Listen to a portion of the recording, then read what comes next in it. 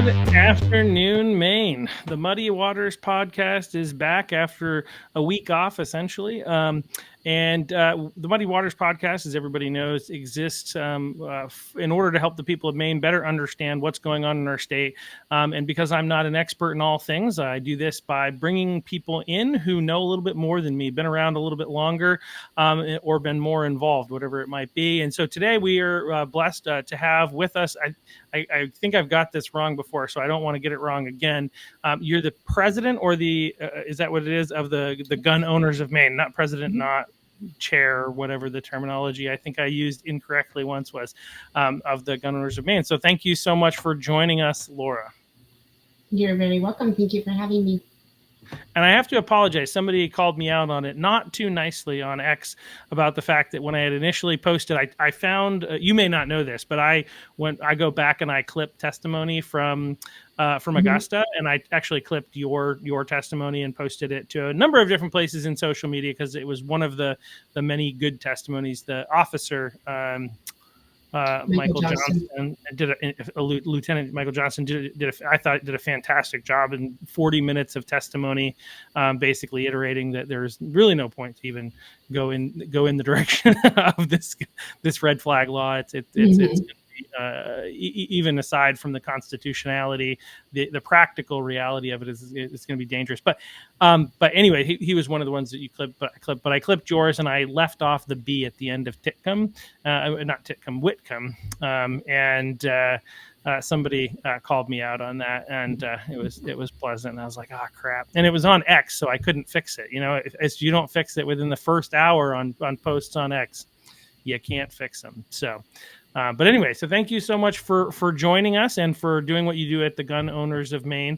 So to kind of like kick it off, like one of the things that I wanted you to do, and I mentioned that we were going to do this, and you sent me a very long list of things that you've done in your political history. But I just want to ask, like, who are you? Where do you come from? And then I guess, like, what brought you into politics? Like, why would you? I'm fond of saying, why would you want to be involved in politics in the midst of the insanity that's going on in our world today? So as you introduced me, my name is Laura Whitcomb. I have 3 children, ages 20, 19, and 16. I live in Sydney, been here for a long time. I'm currently the town chair of the Sydney Republican Party, as well as the chair of the Budget Committee, which is an advisory committee to the select board that helps the town craft its annual municipal budget. Thankfully, the town of Sydney has one of the lowest mill rates in the county, and probably one of the lower mill rates, honestly, in the state. And so we're grateful to have low taxes here. I've been a registered nurse for 23 years. I own my own business. I do private care management as well as property management. And as you stated, I am currently the president of Gun Owners of Maine. I've been on the Gun Owners of Maine board for 6 years. I've been president for 3. And I really got my start in politics in 2010. I volunteered for the first time ever in a political campaign for Governor Paul LePage. And then our school district was going through some pretty significant issues with regards to mass customized learning and the Common Core state standards. And so I joined a group called No Common Core Maine, and we fought against those standards in our state. And every single person that was on the founding members list of that organization went on to either hold office as a representative or a school committee member, a select board member, budget committee members, and that was back in 2013. And over time have been involved in various things. Nice. And so I think so that was not to rub salt in the wound. It's an old wound at this point, but like that was unsuccessful pushback against Common Core, or were you successful? No. So what wound up happening, it was kind of a twofold issue, because mass customized learning and the Common Core state standards are 2 different things. And so the Common Core state standards were not fully adopted in the state of Maine. Maine adopted a more tested version of the standards which were from Massachusetts. And so I would say that as successful as you can be fighting against really, the education establishment in Maine is very progressive left. And Yeah. so, as successful as one could be in fighting against that, I think that we were. But I think that maybe perhaps the greater success there was being able to get all kinds of great people to Yeah. become more active. I think politically, that was a really good taste of what happens when people are afraid to speak out. And I was at a school board meeting, and somebody approached me and asked if I would speak for them because they were afraid of the retaliation that would happen, not against them, but against their child at Hmm. school. And so and so that was, I think it's very unfortunate that people feel that way, that they can't speak out for fear of retaliation. But that's really, it was just a taste of what I think has just only escalated over the last decade. So yeah, overall, again, probably as successful as we could be under the circumstances. Yeah, we end up I end up bringing a lot of people on here to talk about school boards and stuff that's going Mhm. on in the education system, and I can only imagine, like, obviously it's a progressive, and they continue to progress. It's really more regressive than it is progressive, but they call themselves the progressive left, Sure. and they continue to make poor decisions. And I feel like it's just a our schools are a mess, but it's good to know that people have been fighting this fight for a long period of time. Mhm. I'm newer to the fight. I joined, I got involved in politics only about 3 years ago, and so maybe 4 years ago now. I'm still new to understanding like Maine politics and whatnot, Mhm. which is part of why I'm doing the podcast. Is well, actually, this wasn't my initial intent, but I'm learning a lot along the way and about like things that had happened, and learned a lot when we had Heidi on. She talked about a lot of the things that the challenges. Over the course of the years. And I think you had mentioned that she was also part of that same organization Mhm. fighting against Common Core, and some of the other things. But you also mentioned in what you sent over to me in your bio there, some stuff about like one of the things that you're most proud of. So I wanted to give you an Mhm. opportunity of all the things that you've been involved with. It looks like you were, just for fun, really quickly, you were the Kennebec County Republican committee chair for a number of years, and you worked on a number of other things. So you've been, you've had a lot going on in the political realm. But what is the thing that you're most proud of in the time that you've been working in politics in Maine? Well, certainly, well, number one, the thing that I'm most proud of working in, the political arena in Maine is my children for sure. But I had the opportunity as a registered nurse. I was a home care nurse at the time, and I believe it was 2018 that people from out of state, per usual, came in and tried to get universal home care passed, which would have been a disaster. And the polling was very poor at the time, and they recruited me because I was actually, a registered nurse that worked in home care at the time. And we were able to put together a media campaign with television ads and a lot of radio. There was so many ads that it started to get a little bit embarrassing to hear my voice on the radio on that. But once people started to get educated about what it actually meant, I believe that it failed somewhere in the vicinity of 51 to 49, and Oh that wow. media campaign was credited with turning that tide.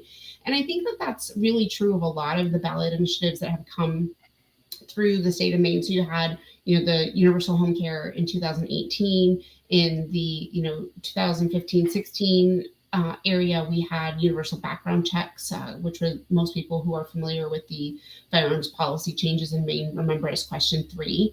And Mhm. that was defeated. And it was because of grassroots education. And so, that's something that's really important in the state of Maine because we are always going to have people from out of state coming in and spending money trying to change our laws. And so it's important to be able to have um, outlets in which we can educate people as to what the proposals actually mean for the people who actually live here. Yeah, absolutely, and that leads us in. That can lead us into. But I want to, before we get into talking about Gunners of Maine, you mentioned that the thing that you're most proud of is your children, and obviously, anybody who's paying attention to Maine politics and probably should know at least one of them, if not two of your children who have. One has made the news on the Maine Wire, and the other one is now officially. So Chris Parker, that a lot of people probably know from her time when she Turning Point USA, Mm-hmm. what she's doing with them. But on top of that, she's recently been hired as the communications director, I think is what it's called, or communications coordinator or something like that for the Maine GOP. And then Kate, I guess, who goes Catherine, but I think from the articles, it seems like she goes by Kate, who I've not met. Is made waves by sharing her story about how she was essentially discriminated against at is it Eastern Maine Community College? Is that right? In an article. So two strong young women willing to stand up and have their voices heard, and not afraid of the consequences. Specifically, I think she was talking about this gun issue, Mm-hmm. and so it's a good segue into. So I just want to. You must be very proud of them. I am very proud of them, and it's a hard thing raising children in this day and age. And a lot of people ask me, how is it that your kids remained conservative, as young adults? And I was always very careful to try to make sure that their feelings around policy, whether it's firearms, the abortion issue, economics and taxation, whatever it might be, that their views were their own. And I always encourage them to ask questions and to have an open dialogue. And so, as you stated, Catherine, my oldest, she was, I mean, I don't really think it's up for debate. She was discriminated against for her deeply held religious beliefs as well as her belief in firearms. And all she was doing was responding to an editorial in the paper about a subject that's going to be on the ballot this November. And so, when we are faced with situations where people who are supposed to be teaching, in our community colleges are so, distraught over the thought of even talking about firearms policy, it's a little bit unnerving, what it is that we're paying for with our community colleges. So I was very proud of Catherine for being willing to stand up. And as you stated, her sister Christina is the communications director for the Maine GOP, but she spent a long time having one of the biggest chapters of Turning Point USA in the state, and learning how to do communications, learning what it takes to get the younger vote. I think that's important in the state of Maine. We are a very, very old state. And so figuring out how to harness, that under 35 vote is going to be really critical for the direction that our state's going to be headed in. And so, obviously I'm very proud of her. It's a big job, but I just, bias aside, I feel very strongly that there's just not anybody that would do a better job than she would. She's very determined. She's very efficient, and she loves our state and our country, which is probably the most important part of that. Yeah, well, before taking this job, I know she was working at the State House while doing Turning Point USA, and then I would see her at every single event or anything that I went to, and she joked that like this is her hobby. So it's both her job and her hobby, Mm-hmm. and so it's she's definitely very dedicated and very concerned, and but also I think very optimistic about the future, and Mm-hmm. willing to work really really hard. So I was happy with the when I found out who they had hired for that position as well. I think she'll do a great job, obviously. And it's one of the interesting things about your daughter Kate, in her thing, because like I was a Christian at the University of Maine at Farmington, and I kind of looking at what she ended up doing, and I've heard of some other kids doing this. I kind of feel like far too many people who are Christian are afraid to speak up, and or ashamed, partly afraid because they feel like there's no hope, and everybody doesn't like in our universities, obviously in our colleges and universities, they've gone Mm-hmm. extremely woke, and extremely left, but really not much more so than they were 20 years ago when I was a student at the University of Maine at Farmington.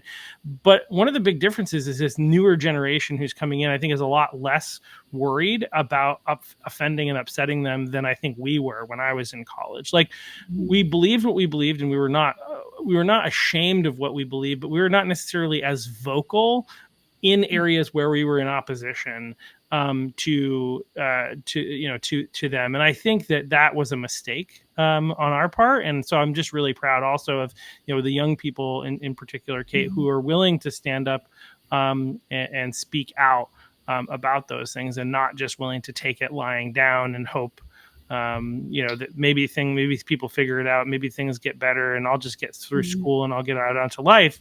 But really taking the fight is in essence to them. So, cool stuff. But yeah, do you want to? Oh, I was just going to say, I think too that the important thing with Kate's fight in particular is that the media has kind of really centered around the firearms issue. But for Kate, I would be remiss if I didn't, just mention the fact that really the crux of the issue with the way that her professor treated her in response to her paper was really because she was talking about her Christianity. And that part gets missed a lot. And I don't know if it's just because it's more uncomfortable for people to talk about that aspect, and I can freely state, I just genuinely believe that if she had been, in what most people perceive to be a more protected class of her deeply held religious beliefs, that she wouldn't have been treated that way. And I think that it's important for people to understand that it wasn't just the firearms piece. It was, the whole part of the professor saying, you and your ilk drive me nuts with your hypocrisy, is what the professor said. And she wasn't just speaking about people who own firearms, which I hate to tell the lady is half the state of Maine, but also against people who have religious beliefs that differed from the professors. And so that's something that I think it gets missed a lot, but is important to Kate. Yeah, no, and that makes sense. It's so frustrating. I think it was very frustrating being a student at a university here in Maine, 20 years ago, and dealing with like the overt. It is overt. This is not a new thing. It is an overt anti-Christian ideology. They're happy with any other ideology, generally speaking. They're really not, but they're much more accommodating of any other ideology and worldview religiously. Even though, obviously things like Islam disagree with the gender ideology that's in schools, and so do a lot of other. They tend to give them a pass when it comes to because it's all connected to like a cultural Marxism that's coming about, where it's like it's okay to go after Christianity or white people or whatever because they're the majority. Everybody else is the minority, and so they're fans of anybody who's in what they consider to be the minority. And it's this weird issue, but anyway, the overall point is it was really great that our young people in general are standing up, and your daughters are two of them, and so that's great. But also let's get into the gun issues, because I think that's one of the biggest things coming up this year. There are two, I think, big ballot issues where we need conservatives to get out and vote. One being the voter ID, and then the other being this red flag law. One we need to vote yes, the other one we need to vote no. I think is how it works, right? And so obviously this is all as a result of the shooting in. Well, let's be clear that the Democrats have been waiting for an opportunity to try and advance, taking away guns from Americans, from Mainers, for a long time. And the Lewiston shooting gave them the opportunity to say, see, it's a problem here, therefore we need to restrict and limit guns. And that this is essentially in response to that, the enhancing, I'll say, of the yellow flag law that happened, and then introducing and pushing this red flag law. So that's my understanding. I'm not the expert, you are. So if you wanted to kind of give me your synopsis of what's been happening, what's happened, and then what does this red flag law entail, and why is it so bad? I know those are like 7 questions, so take it in stride. So I think what you stated from the beginning, when the gun control lobby likes to use emotional events in order to push their agenda because they do not have facts and logic on their side. When you look at the statistics of where mass shootings occur, and generally speaking, people kind of toss around different definitions of what a mass shooting is to suit their needs. Generally speaking, they use where there's 4 people involved or more. And so when you have anywhere from 86 to 94% of mass shootings occur in gun-free zones where people know that people are leaving their firearms home, and that they're not going to be met with resistance in the form of a firearm, then they are more likely to target that. And to say otherwise is absurd. It just is. And so when you have the gun control lobby using these tragedies, despite the fact that the Independent Shooting Commission came out and said that it was not the fault of the yellow flag law that the perpetrator was able to take the lives of so many people, they don't care about that. They don't care about facts. They don't care about telling the truth. The harsh reality of this last legislative session is that the Maine Gun Safety Coalition brought in someone who was their expert witness, who is an attorney who works for the Maine School of Law. Her name is Margaret Groban. And she lied to the committee or twisted the truth or answered in a way that kind of sidestepped reality, but gave them what they needed in order to vote a certain way. And so that's what we're up against. And the reality of the legislature is that while Gun Owners of Maine is nonpartisan, people in the state of Maine own firearms regardless of what their registration is on their voter registration card. And it's pretty evenly split, a third Democrat, Republican, and independents or unenrolled. And so, when we are faced with those types of things, they resort to twisting the truth in order to get their way. And so the reason why defeating red flag laws at the ballot box this November is important is because if you look past the 132nd through about the 129th legislative sessions, people who would prefer to control who has guns, it's not that they're opposed to firearms, it's just that they want to be in control of who has them, have been largely unsuccessful in passing the sweeping legislation that they'd like to see. Just last session, they tried to pass a magazine capacity or feeding device capacity limitations, and they failed.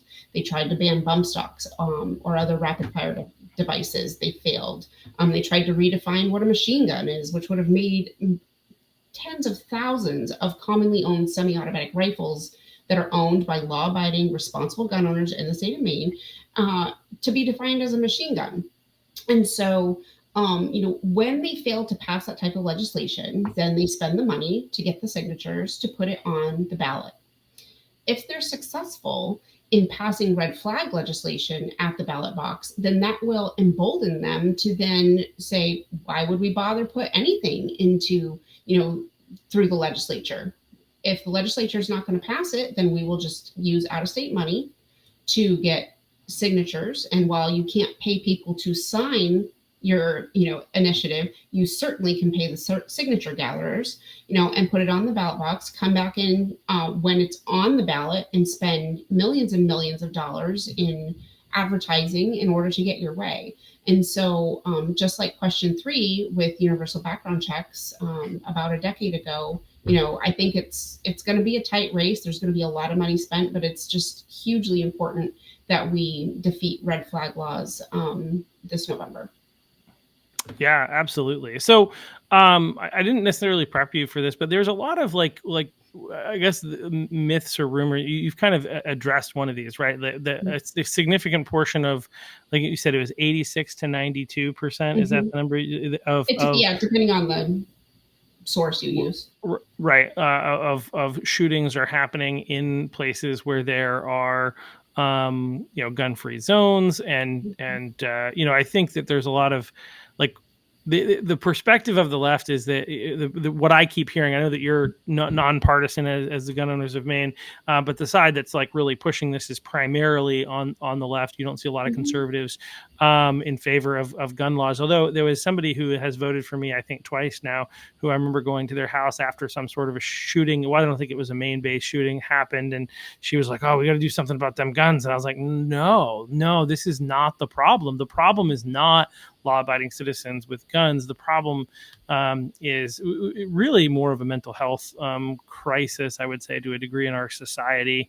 There are a lot of other factors, but the issue isn't guns. And in fact, if more law-abiding citizens had guns and we didn't have these gun-free zones, it seems like we'd probably have less gun violence because, Mm-hmm. you know, people who, when you know other people are packing, you're going to be a lot less likely to try and do something stupid. But when you know that you have somebody who's vulnerable that you can take advantage of because they don't, that's when people are more, seem to be more likely to act. So just, do you have any of those like fun statistics, additional ones that you could throw out just to kind of, because there's a lot of people that probably know that's if you've looked into it, but I feel like there's a lot of data. The reality is, no, we don't want children to die. That's not why we're coming up with these policies, right? That's not why we're fighting for gun rights. One, we're fighting for them because they're enshrined in the Constitution, both in the Constitution of the United States and the Constitution of the state of Maine, but also because it's actually about safety,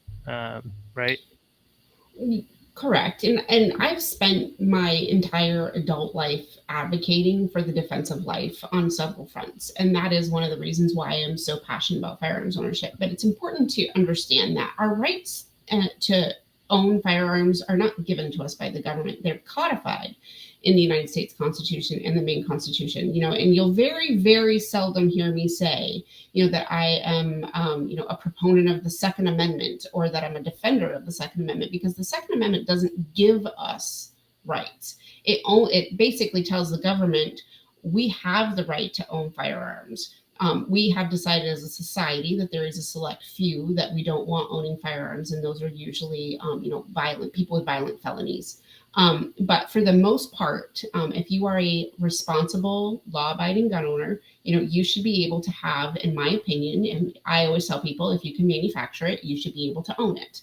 And so if we as a society have determined that we have the right to defend ourselves, which we have 250 years ago, I personally think that our founders would be rolling over in their graves if they could see what we have allowed to transpire as we've gone forward as a nation. And so, statistically speaking, unfortunately, the media does not report, and a lot of people don't self-report the use of firearms in self-defense. It's very rarely that you will see the mainstream or legacy media pick up on a big story about somebody using a firearm in their own defense. However, the only thing that stops a bad guy with a gun is a good guy with a gun. So here you have the introduction of red flag laws, which seek to remove that right without any due process whatsoever. As you stated at the outset of our conversation, Lieutenant Michael Johnston from the Department of Public Safety came out and gave 40 minutes of just a scathing review of why red flag laws are bad. And I think, it's, if Janet Mills is opposed to red flag laws, and is kind of allowing the Department of Public Safety to testify in opposition to them, then they have to be pretty bad. And, Gun Owners of Maine has a ballot question committee. You have to have that in order to spend money legally on a ballot question in the state of Maine. You have to do a lot of ethics reporting with regards to how you spend money and how you raise it. And we have our website, which is keepmainsafe.com.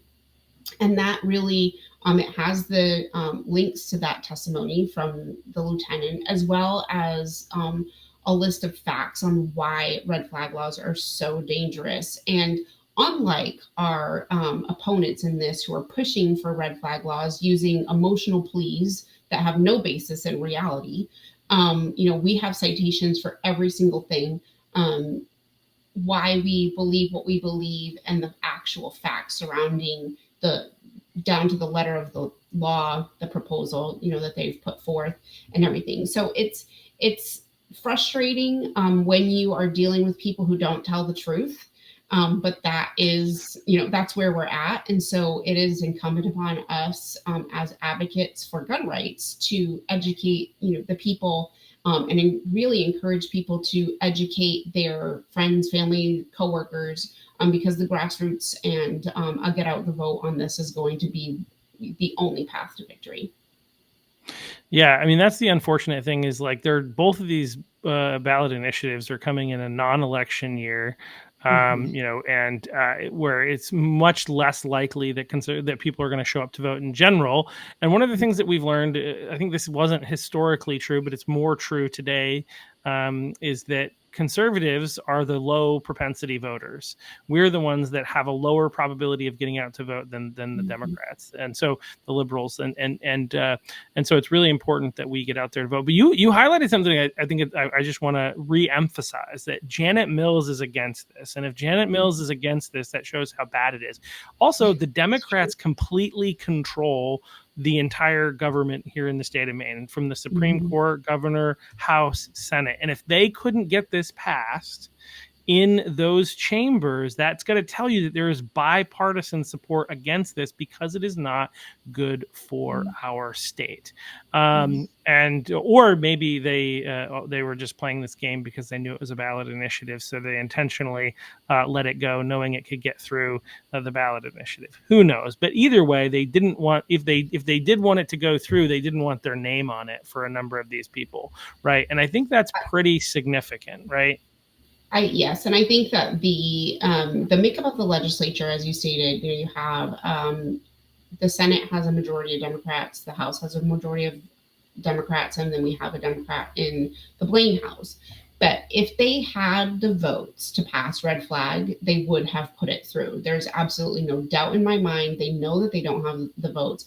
People who live in rural districts, that have Democrats as their elected officials are very vocal. If you were to go to the state house on a day where there were a lot of gun bills being heard, 90% of the people that show up to testify in person are from Gunners of Maine, which is something that we are very proud of.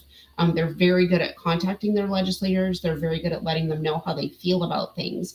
And so, it's going to be, this juxtaposition of the Portland area, and CD1 versus, the more rural CD2.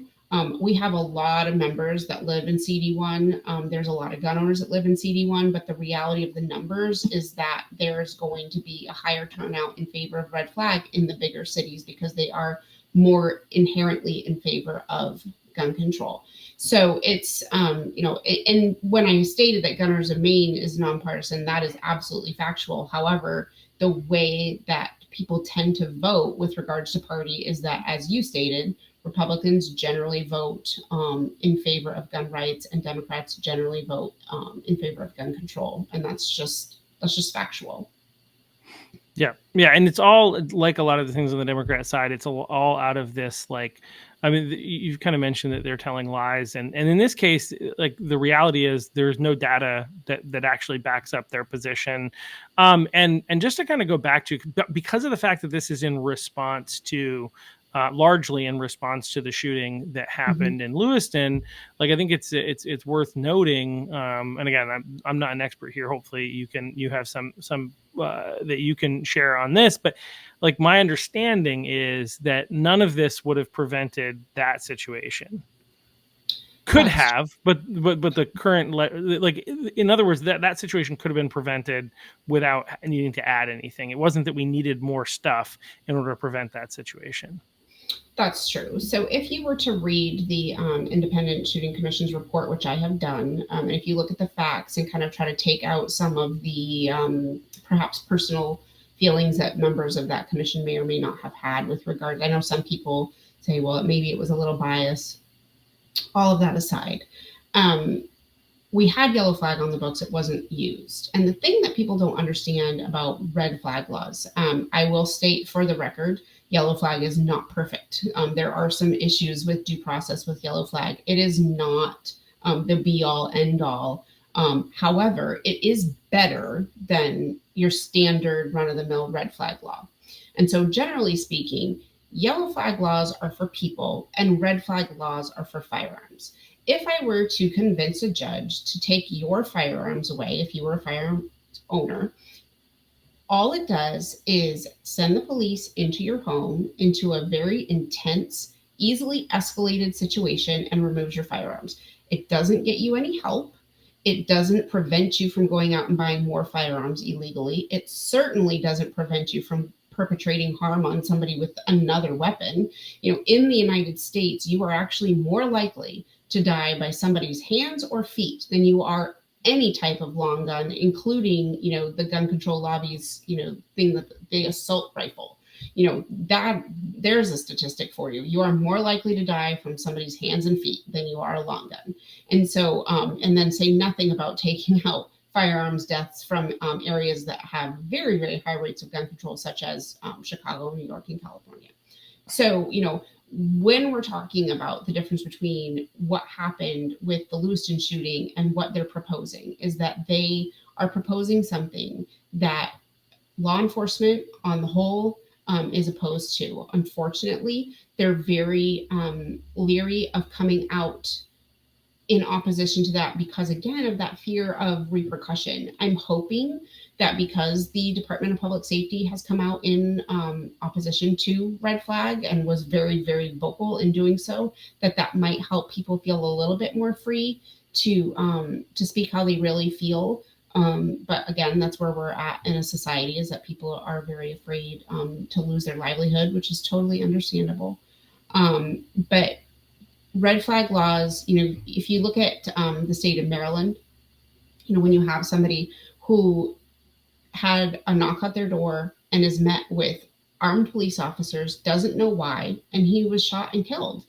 People have lost their lives because of red flag laws. And I have used the example, and I have apparently doxed myself in the magazine ban capacity hearing, because I basically told the committee that if they were to pass legislation restricting the size of a magazine, I said, this is where I live and you are welcome to come and take them, because that's where we're at. And so when you have at my house, if my dog is barking and me or my husband goes downstairs because we think that there might be somebody in our yard, chances are we're going to go down with a firearm. If somebody has tried to execute a red flag against us, then we're going to be meeting law enforcement at our door fully armed. It's not a good situation. It's dangerous for the residents of Maine, and it's dangerous for our law enforcement. And so, and the other thing with red flag laws that people don't understand is that, for example, in Florida, if you are in Florida and you go to a judge and ask for a red flag law to be executed against someone, 97% of the time those orders are granted. 97. So the chances that somebody will go to a judge and not have the red flag law granted is 3%. Wow. In a state such as Florida that already has red flag laws on the books. And so, the other thing that people don't know, and this is on the Keep Maine Safe website as well, is that part of the proposal specifically dictates to law enforcement agencies across the state that you must come up with a policy that allows you to enact a red flag law without the person knowing you're coming. So it's very intentional. They want to surprise people in their homes.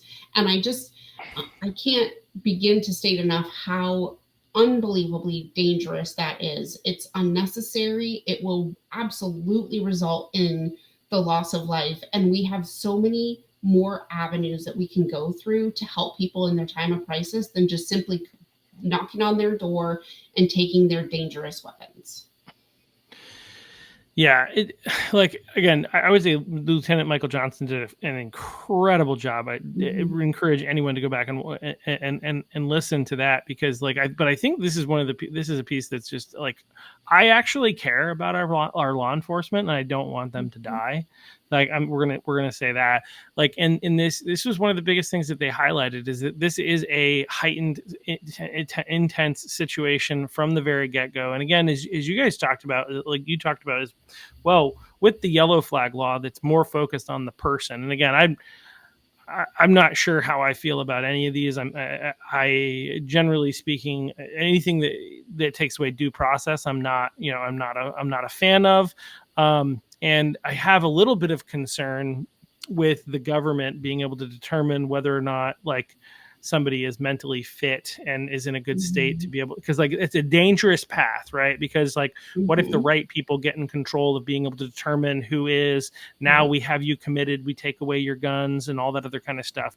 And that's just really, really dangerous. It's a scary thought, because one of the things that I've thought a lot about during the COVID days in particular is that and I think Russell Brand has been mentioning the same thought process. But one of the reasons that we in America, even though the restrictions were bad, and especially here in the state of Maine, the overreach of the government was like bad, and a lot of people were seeing something that they'd never seen before out of the U.S. government, right? Believing like, oh my gosh, I can't believe that people are being told that they can't go to the grocery store, or they can only go to the grocery store, they can't go to church, and all these things, and how many people like kind of got in line with that. But the reality is, compared to how things were in the rest of the world, we still maintained a significant amount of our freedoms. I went and saw, I had to go to Texas to do it, but I went and saw a football game in December of 2020. I was like, yeah, I went to SeaWorld, went to the movies, right?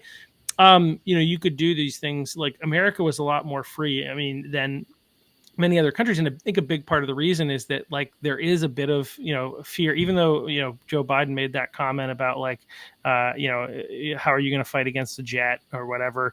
Or you're going to need a jet and people are like, a challenge accepted. We'll take a jet, to fight against the government. But like the idea that the armed people, that they have to take account for that. Like, we have more weapons, I think, in the populace in our country than most other countries combined. In our just individuals. And so that is something that I think holds the government in check and helps them recognize that there's only so far that they can go before we'll try to do something about it. And that, I think, it's not necessarily a comfortable or popular talking point, but the reality of the reason why our founders chose to codify the right to bear arms in our laws is to defend against a tyrannical government. And yes, defend yourself, defend your family, defend your property, but that is reality. And so the first thing that people do when they are trying to take over a country is they try to disarm the populace. And so in the United States, as you stated, our rates of firearm ownership are very high. The rate of firearms ownership in the state of Maine is very high. And it's funny to me, when you're standing in front of a committee such as the Judiciary Committee, which is deciding firearms laws for our state, essentially putting forth their recommendation to the full legislature, most of them have absolutely no idea what they're talking about. Some of them do. Some of them are gun owners, and we actually have invited some of them to come out and do a day of shooting. And I am very pleased to say that people on both sides of the aisle have agreed to participate in that. And I think it's important to show what firearms actually are, what they are and are not capable of. We all hear the silencers or the suppressors on movies that make the shot coming out of the firearm, almost barely audible. But people who've actually used a suppressor know that that's not true. And so it's really important to educate these people that are making our firearms laws on what the reality is. And so, and find a balance between not infringing on the rights of responsible gun owners while maintaining the safety of our society. And, as cliche as it may sound, I fully believe that an armed society is a polite society. And so, in addition to the fact that you can't legislate evil out of the hearts of men, you cannot, impose morality on people who are bent on committing crimes, and we talk about this in committee all the time. Shocker, criminals don't obey the law. So in the instance of red flag, by definition, in the instance of red flag, you've taken somebody's firearms away. They're probably madder than they were before if they were in crisis, and there's nothing keeping them from procuring another, quote, dangerous weapon, outside of the firearms that they already had removed. And so all we've done is poke the bear and increase the likelihood that they're going to go out and do something untoward. And, it's being able to get that message out to the people in the state of Maine and out to gun owners and people who like to hunt and helping them to understand that when we talk about firearms legislation, that it's important that you not wait to care about firearms legislation until it's in your backyard. So, for example, if you only hunt and you don't care about having, a long gun that has a 30 round drum, for example, and you are perfectly satisfied with your 5 rounds, what they will do is they will say you can only have 30, and then they will say you can only have 20, and then 10, and then 5, and then 3. And so we have a lot of Maine voters that are like that proverbial frog in the boiling pot of water, and they don't really care until it's in their backyard, until they start to feel the heat, and then it's too late. And that is one of the things that's so important when you're talking about firearms legislation, is that they are not going to stop. They are going to slowly, patiently, with a great amount of money, especially from outside of Maine, going to try and erode our rights, which is why it's so important.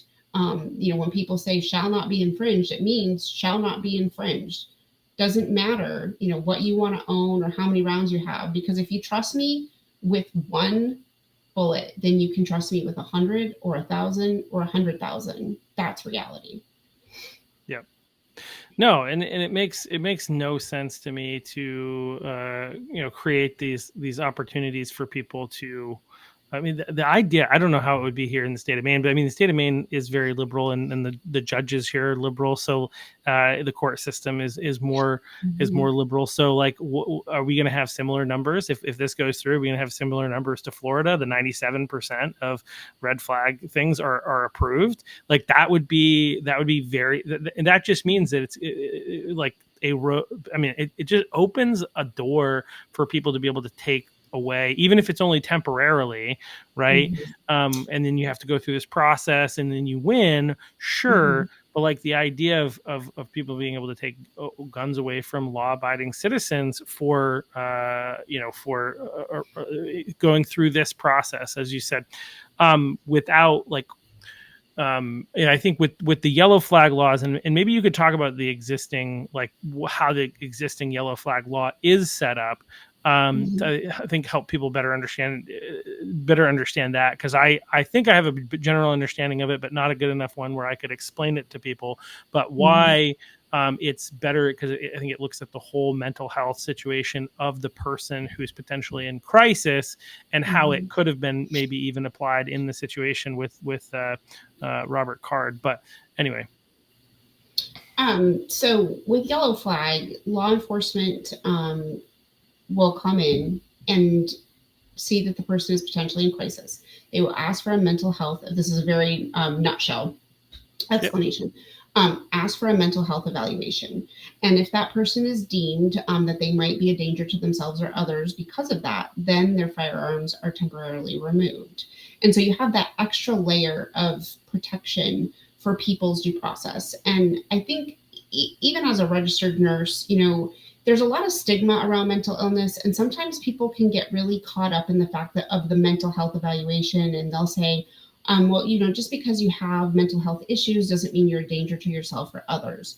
And that's a fair statement. Absolutely. A lot of people suffer, daily with anxiety, depression, obsessive compulsive disorder, schizophrenia, manic depression or bipolar disorder, whatever, generation you grew up to call it, and it's not meant to be a stigma against all types of mental health issues. But I find it hard to believe that if somebody is truly a danger to themselves or others, that they're not having some sort of mental health issue in that moment. And maybe it's just a finite time. Maybe they're going through a rough time, but it doesn't, we as a society, I think, have stigmatized mental illness so much. It doesn't matter if you have a problem with your liver or your lungs or your heart and you take medication for that, then everybody is understanding of that. If you have a problem with your hormones and it gives you diabetes, because, or your pancreas doesn't make enough insulin, you take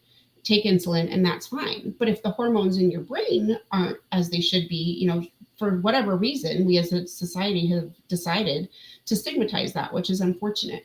And so it's really important to just see it as addressing a need in the moment, and making sure that there's that extra layer of due process. And as I stated, you know, yellow flag laws are not perfect, but they are better than red flag laws. And I think, like anything, there can always be little adjustments that are made to increase the due process under yellow flag.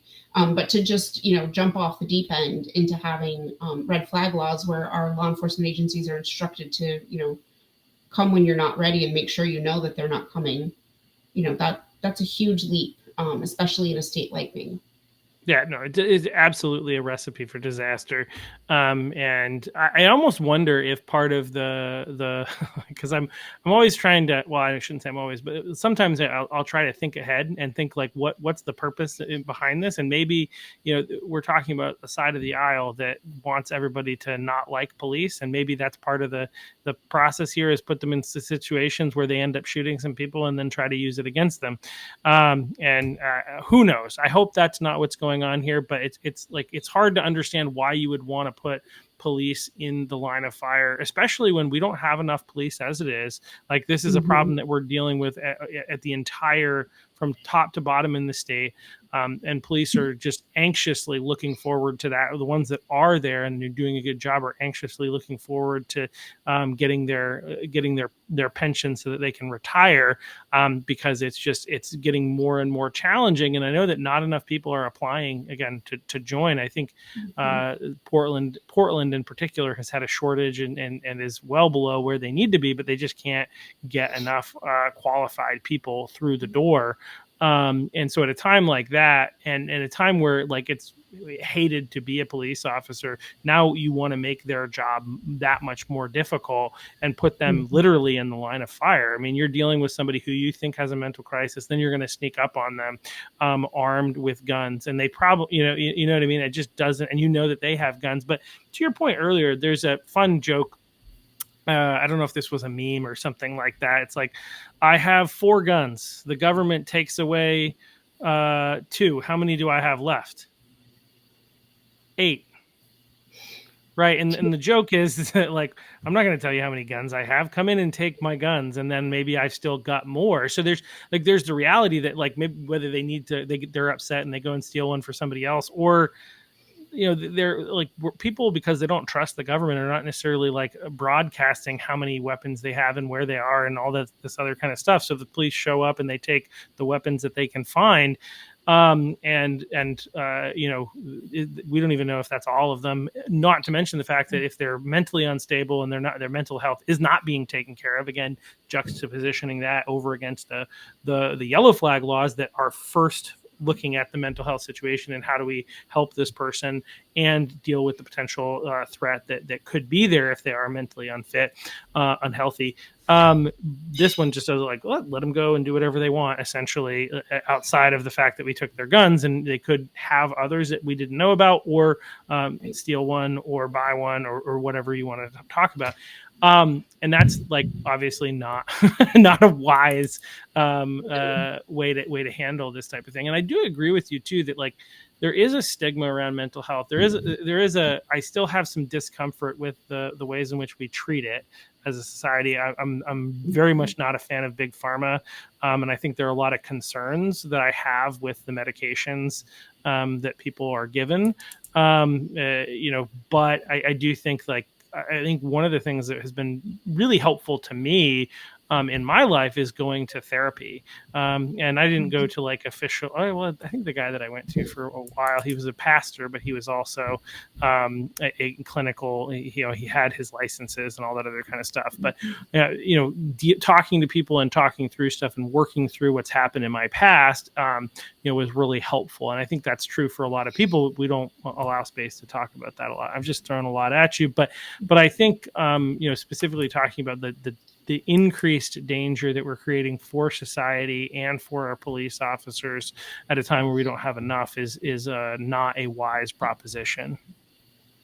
Yeah, and I think that the thing that people, red flag legislation hits people in different ways. Some people don't want to have their firearms confiscated. Some people really have an issue with due process. But when we talk about instituting a red flag order against someone, it doesn't give the person that they're potentially going to harm a protection from abuse order. It doesn't give them any therapy. It doesn't require them to seek help in any way. And so you've removed the firearms from the equation, but you haven't done anything to help the person. It's kind of like telling somebody they can't drive and then putting the keys down in front of them and walking away. It's really it's an unfortunate solution that they're putting forth to the Maine people, and it's a difficult thing to educate an entire state on something, and there is a huge disparity in our state between rural and cities, and just the geographical size from the Aroostook County down to York County. It's a big state. It's a lot of work, but we're really hoping that people will come on board and see and understand why this is bad on so many levels, and really make it a priority to vote, is really what it's going to come down to, is getting out the vote and making sure that people don't just see it as that off-year election, and that apathy doesn't rule the day. Yeah, absolutely. I think that's the biggest thing here. I think most of the people who are conservative, most of the people who are going to watch this podcast, are already in favor of protecting gun rights and are not in favor of increased gun control. The question is, are you going to show up to vote?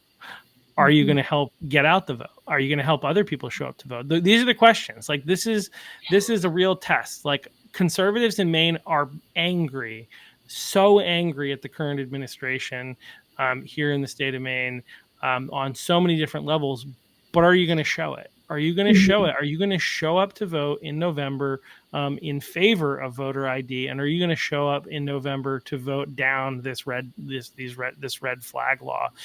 That's the question. And if people are interested and they do want to get involved in some way, and being able to help, I think you had already given out the website. But what are some other ways? You can give out the website again, but what are some other ways that people can get involved outside of the we'll just say kind of the obvious? Get involved in if you're nonpartisan. I'm pushing you to the Republican side, but get involved in your city committee, your county committees, and whatnot. But also, what are some additional ways that people can get involved? So I'm, Gun Owners of Maine's nonpartisan. I'm not. I'm a Republican. It's a widely known thing. So, but I think that the number one thing that I would tell people is that you can mull and lobby from your keyboard all day long. But if you can't, donate the price of a box of ammunition, or if you don't have the financial means to do that, talk to your friends, talk to your family, offer people rides who don't have rides, all of those things, then I don't for 1 second believe that you're actually going to do something if real tyranny comes knocking at your door. And so the way to get involved in this fight is we have keepmainsafe.com, and that has a contact form that goes straight to me. And, to disseminate bumper stickers, signs, we have palm cards, we have signs up in FFLs all over the state for people to learn how to get involved. gunownersofmaine.org obviously will take you to the same place. If you were to submit something on the contact page for Gun Owners of Maine, that also goes straight to me and our Vice President Josh, and we're usually pretty quick actually at responding to people's requests. And so, I just can't state enough, yes, it's an off year, but this is not the time to sit out. Yeah, no, absolutely. It's one of the most important. One of the most important. People always say this, but it is a very important election because of the fact that both of those things are on there. If we want to safeguard our elections, we got to vote in voter ID. I don't know how much fraud is necessarily happening here in the state, but any is too much. And if none is happening, great. And this is only strengthen and ensure that they don't happen. But I do think that there is some happening, and I think this will help.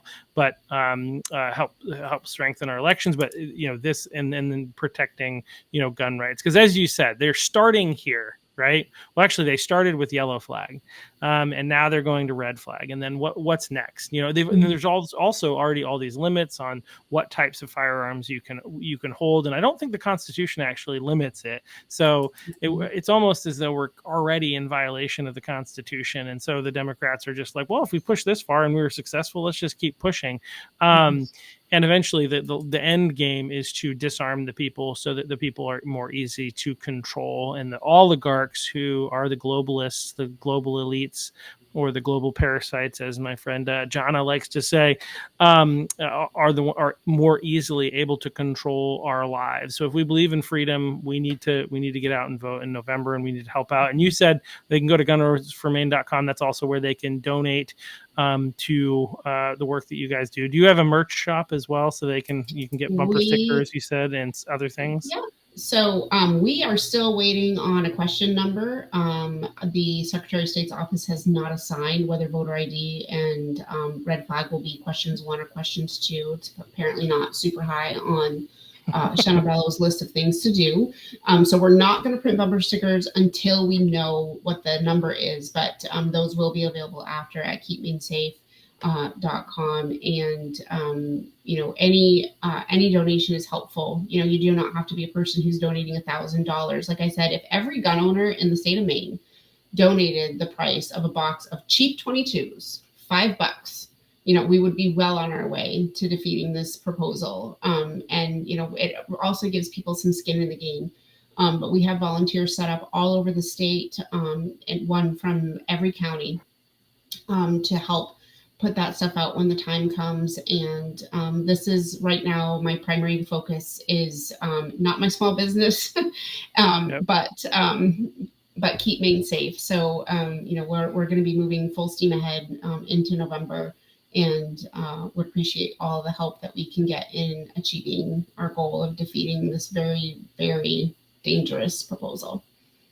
Yeah, it's so interesting. There's this passage in the Bible where it talks about in the last days people will call good evil and evil good, right? And so, this is a situation where they're calling this a bill, the idea behind the red flag law, the way that it's being presented, is that this is going to lead to more safety, but it's actually going to lead to more violence. It's actually making it less safe. It just reminds me of that passage and that principle. So anyway, the twisting of words, which is sadly we see far too much of in our world today, and I actually don't like ragging on the Democrats as much as people might think that I do, but like they're an untenable party right now. They're on the wrong side of all the important issues.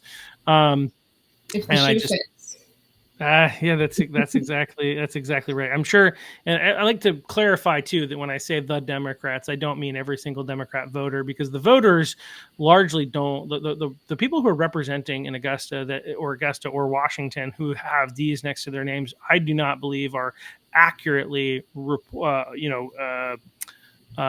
representing Democrats. And I think, especially we talk about some of the other issues that have been going on around the state, like Democrats are on the other side. They don't agree with, boys and girls sports, for instance. They don't agree with, they generally speaking are in favor of voter ID and whatnot. And yet their representatives continue to push an agenda that they don't agree with, because they are largely walking in lockstep, although fortunately not in the gun issue. So, but yeah, so people, we need you to get out to vote. And then the last thing that I have, and then we'll move on, but is the podcast. If you guys are interested in supporting the podcast and buying any of our merch, go to muddywaters.us. There's a lot of fun stuff there. If you missed the opportunity to buy some cool t-shirts at the last event, we have some really nice t-shirts, some that are in support of Laurel Libby, as she was our keynote speaker, and then some that are just about protecting girl sports and spaces. So just check out the cool merch at muddywaters.us and help support the podcast. So as I like to say, I can lose less money. That would be appreciated. So thank you all. We'll be back here tomorrow, as we've got a gubernatorial candidate, Jim Libby, will be on. to talk a little bit about his campaign, why he's running, all that stuff, and like kind of the issues that he's running on. Yeah, so we'll see you all here then. And Laura, thanks for coming on, and thanks for everything that you do and all the years of service and producing two great young ladies who are making waves in Maine politics. You're welcome. Thank you. All right, and we'll see you guys.